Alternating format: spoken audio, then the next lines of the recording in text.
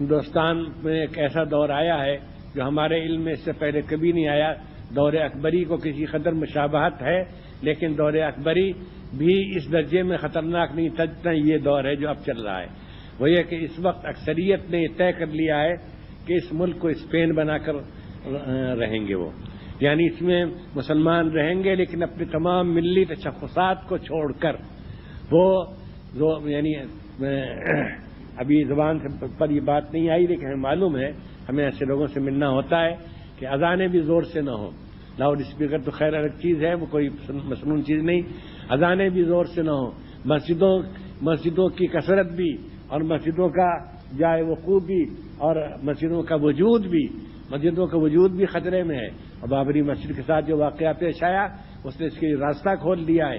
اور وہ ہندو صاف ہندو اخبار نویس اور کالم نگار اور ان کے ذرا سوچنے سمجھنے والے انگریزی اخباروں میں جو مضامین نکل رہے ہیں ہندی اخباروں میں، ان میں صاف یہ ہے کہ یہاں مسلمانوں کو بالکل ہندو بن کر رہنا ہوگا، ہندوستانی بن کر رہنا ہوگا. یہاں مسلمان بن کر رہنے کی گنجائش اب نہیں ہوگی. وہ لباس میں، صورت شکل میں اور زبان میں اور رسم الخط میں اور تہذیب میں، سب میں ان تمام امتیازی خصوصیات سے دستبردار ہو جائیں جن سے یہ معلوم ہوتا ہے اور دور سے کہ یہ مسلمان ہے، یہ کہا جائے کہ یہ مسلمان ہے. اس وقت سب سے بڑا اس فتنے کو روکنے کے لیے سب سے بڑی طاقت جو ہو سکتی ہے وہ علماء کی ہو سکتی ہے، وہ ہمارے فضلائے مدارس کی ہو سکتی ہے کہ وہ جہاں جہاں کے رہنے والے ہوں وہاں کی مسجدوں میں تقریر کریں، جمعے کے دن تقریر کریں، عیدین میں تقریر کریں، خوشیوں کے موقع پر تقریر کریں، نکاح وغیرہ کی مجلسوں میں تقریر کریں کہ ہم کو اپنے پورے ملی تشخص کے ساتھ اس ملک میں رہنا ہے، کسی ایک چیز کو نہیں چھوڑنا ہے. ہم اس کے لیے بھی تیار نہیں کہ ہمارا پائچہ ٹخنے سے نیچے ہو. ہم اس کے لیے تیار نہیں کہ ہم اپنی داڑھی کو ایسا کر لیں کہ وہ سمجھا جائے کہ بس میں اتفاقاً کچھ بال اگائے ہیں. نہیں، کچھ نہیں. ہم بالکل شریعت پر عمل کریں گے اور شریعت کے ساتھ رہیں گے اور ہمارا نظام تعلیم وہی رہے گا. ہم اپنے بچوں کو توحید کی تعلیم دیں گے، دینیات پڑھائیں گے، اردو سے واقف بنائیں گے، اردو رسم الخط کو زندہ رکھیں گے. یہ سب سے بڑی ذمہ داری آپ پر عائد ہوتی ہے اور آپ ہی سب سے بہتر طریقے پر ذمہ داری کو ادا کر سکتے ہیں. اس لیے یہ بات بھی سن لیجئے اور دل پر لکھ لیجئے کہ اس وقت کا سب سے بڑا فتنہ جو ہے وہ ہے یہی متحدہ کلچر اور ملی تشخص سے دستبردار ہونا. اور افسوس کی بات یہ ہے کہ ہمارے دینی حلقے یا علمی حلقے کے بعض لوگ بھی جو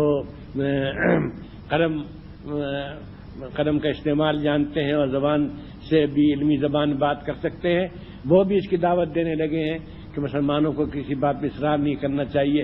اور پرسنل لا کے سلسلے میں جو اصرار کیا سپریم کورٹ کے فیصلے کے خلاف، یہ بھی ایک غلطی تھی. مسلمانوں کی خامخواہ کے لیے ہندوؤں میں ایک رد عمل پیدا ہوا اور وہ سمجھے کہ مسلمان بہت تنگ دل تنگ نظر ہیں.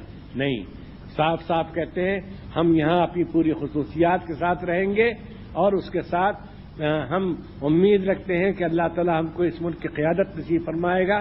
اس لیے کہ اس ملک کی آبادی کوئی عنصر اس نے اپنے کو اس قابل نہیں رکھا کہ وہ اس ملک کو بچائے خطرے سے.